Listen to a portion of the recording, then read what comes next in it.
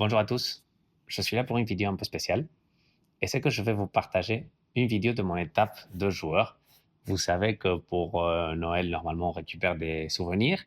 Dans ce cas-là, moi, j'ai décidé de vous partager ou de récupérer une vidéo qui, à l'époque, a circulé sur Internet assez et où vous allez retrouver certains joueurs que peut-être vous connaissez du circuit professionnel à son étape jeune. Par exemple, au service, vous pouvez voir Paquito Navarro, qui à cette époque devait avoir 23 ans et jouait avec Álvaro Cepero, qui avait 21 ans.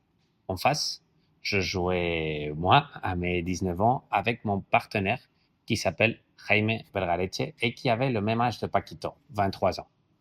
Nous allons regarder ce point ensemble pour après pouvoir l'analyser.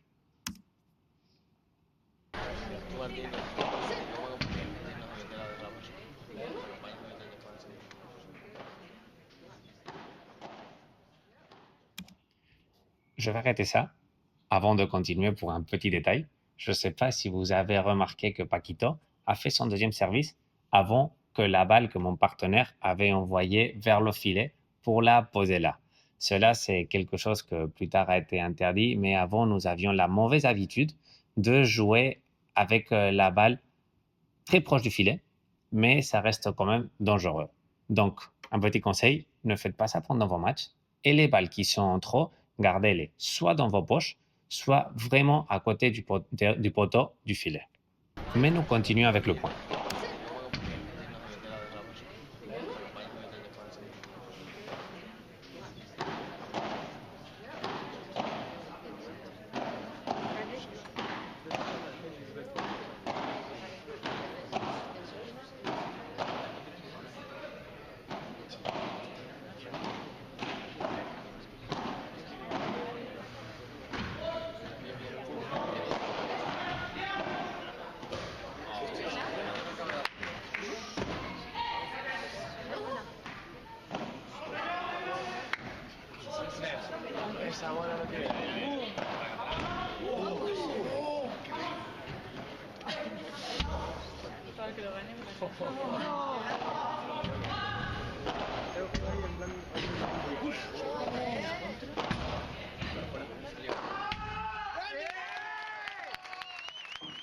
Bon, comme vous l'avez vu, ce point a terminé par être un peu fou, mais dans le désordre, il y a aussi de l'ordre et c'est ça qui m'intéresse, c'est ça que nous allons analyser. Mais avant de commencer, je vais vous avancer le score final du match. C'est un match que j'ai perdu, que nous avons perdu. Et j'ai joué pas mal de fois contre Paquito dans les championnats d'Espagne de moins de 23 ans, mais j'ai toujours perdu en finale, sauf celui-là qui était en demi-finale. Et dans ma défense, je veux dire que, bon, déjà, lui, il est devenu numéro un du monde. Et deuxièmement, il était bien plus âgé que moi. Il avait 4 ans de plus. Donc, c'était une situation compliquée pour moi. Mais maintenant, nous allons nous concentrer au match. On recontinue avec la vidéo. Comme vous le voyez, le point démarre avec une séquence de balles basses. Ça va peut-être vous surprendre, mais il y a une explication derrière, et c'est qu'à l'époque, le jeu était différent. Les balles qu'on utilisait, elles étaient très légères, elles étaient difficiles à contrôler. Donc, c'était pas facile de faire un lob avec une balle en jeu direct. Nos adversaires, eux, connaisseurs de cette situation, ils étaient très concentrés à pas nous donner le rebond qu'on cherchait. Donc nous, ce que nous avons essayé de faire, c'est de jouer des balles fortes, de changer les directions, de leur chercher le corps et de leur forcer à jouer une balle profonde qui nous donne le rebond à la vitre. Et eux, de leur côté, ils l'ont très bien évité. Pendant cet échange de balles basses, mon partenaire a eu une seule possibilité de faire le lob avec la vitre, mais je pense que la balle n'a pas été assez confortable et il a décidé de continuer une balle de plus en bas à la volée de nos adversaires pour finalement donner une balle un peu haute sur la volée de revers de Tiki Cepero qui en profitait pour chercher ma grille. En cherchant ma grille, il m'a obligé à jouer une balle contre la vitre, donc un lob qui en plus tournait et Paquito n'a pas hésité. Il a cherché un coup gagnant avec son smash. Au moment de faire un smash, il ne s'agit pas seulement de taper la balle forte, ni de la lifter pour la faire monter. Il s'agit d'être intelligent et de chercher la meilleure direction possible. Et dans ce cas-là, quelle était la meilleure direction possible? Bon, je vais nous présenter. Mon partenaire faisait 1,70 m plus ou moins, alors que moi, je faisais 1,85 m. Donc, c'était plus facile que moi, je récupère la balle que ce soit mon partenaire qui le fasse. Donc, comme dans le circuit, nous nous connaissons tous parfaitement, Paquito n'a aucun doute, et il sait parfaitement où il va envoyer son smash. Il le fait en parallèle sur mon partenaire. Mais par contre, je crois qu'il n'a pas réussi à faire exactement ce qu'il cherchait parce qu'il a fait sortir la balle. Et je crois que son but, c'était pas de faire ça, mais c'était de faire revenir la balle à son terrain.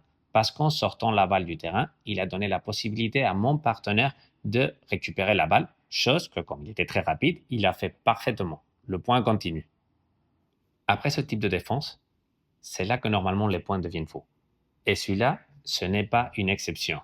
Après la récupération de mon partenaire, Paquito défend avec une balle contre la vitre latérale qui tourne énormément et qui arrive sur moi avec un rebond très bizarre.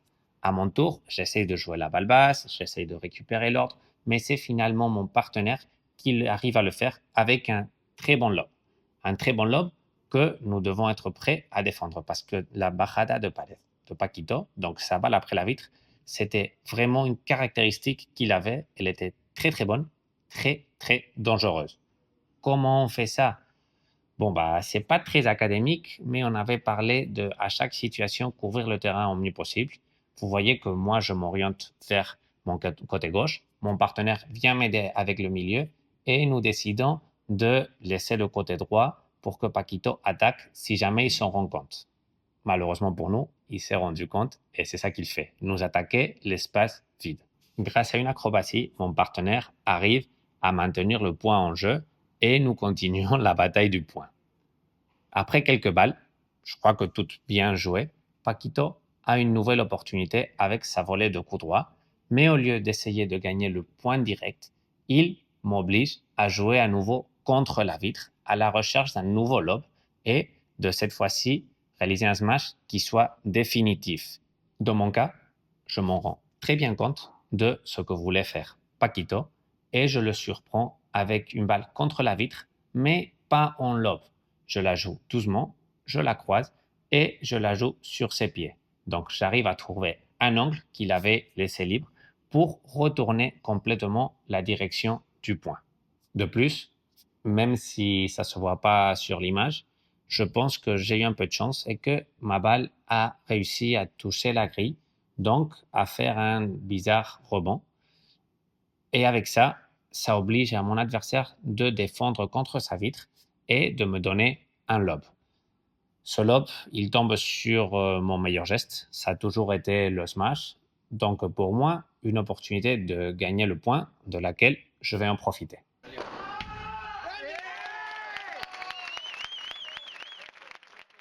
Bon, j'espère que cette vidéo vous a plu, que vous l'avez trouvée intéressante. Pour moi, c'était une très jolie opportunité de revivre ma jeunesse et de revivre l'époque où je pouvais jouer au paddle. Donc, je l'ai fait avec beaucoup de plaisir. Et bon, moi, je vous souhaite aussi, je vais profiter pour vous souhaiter une très joyeuse fête de Noël et je vous dis à la prochaine vidéo. Ciao!